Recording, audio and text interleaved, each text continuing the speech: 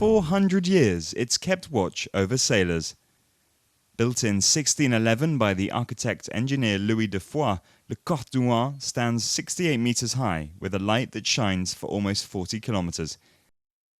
It's built on a rocky plateau located offshore and dominates the Gironde estuary.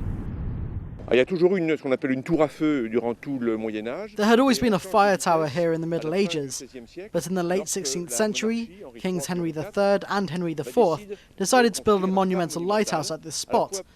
It aimed to show off the glory of the monarchy in a difficult period of religious war. Cordouan is definitely the guardian of the estuary. C'est vraiment la sentinelle de l'estuaire. The Cordouan is an architectural marvel from Renaissance times. Its guardians still live and work inside, the last of its kind in France. They ensure the preservation of this unique site, which has often been called the Versailles of the sea. It was the only lighthouse built in the 16th century. There are no other examples like this in the world. Lighthouses started being built in the second half of the 19th century in both France and England.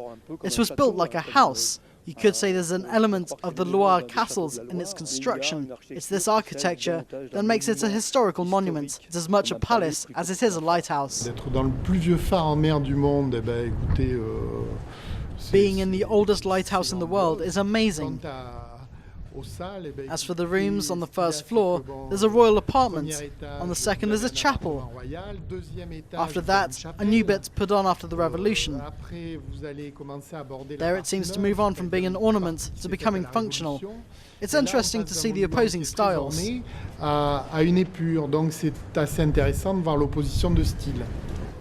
Over 15,000 people a year come to visit the monument.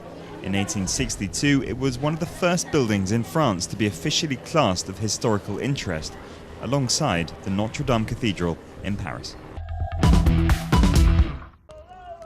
In October 2009, Sébastien Rogue took 5th place in his first mini transatlantic at Salvador de Bahia in Brazil. 2 years later, the memories of the adventure are still vivid for this young Basque sailor. On rentre dans la baie de Salvador qui est une baie assez incroyable. We came into the Bay of Salvador. It's incredible. There's so much to see there, the favelas, the buildings. It was quite a strange contrast, especially after I'd just spent all these days alone, without talking to anyone, without seeing anyone. And suddenly you get to a big city, where your friends or family could be waiting. Donc c'est très très riche en émotions là. Sébastien has always paid close attention to the health of his boat, highly important on solo voyages. Je regarde la forme du mât. I just looked at the shape of the mast, and I think it has to be balanced. Il manque un petit peu de diagonaux. His adventures didn't stop in Brazil. He's put in hours of training and takes part in every competition he can, 11 in 2 years. But for all the persistence and discipline he's poured into it, the luck factor has to be counted on too, like in all sports. Aujourd'hui, il n'y a aucun concurrent qui peut. Today there's no competitor who can claim victory just by the speed of his boat. The differences between us are so tiny that it's only up to strategy, mental desire, determination and luck, because there's always an element of luck. Il y a quand même une petite part de chance dans toutes ces courses de bateau.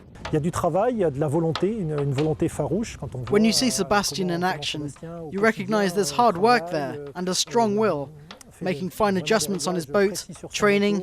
I believe that with his talent and hard work, he also has the ability to make people dream. Et puis aussi une capacité à entraîner les gens.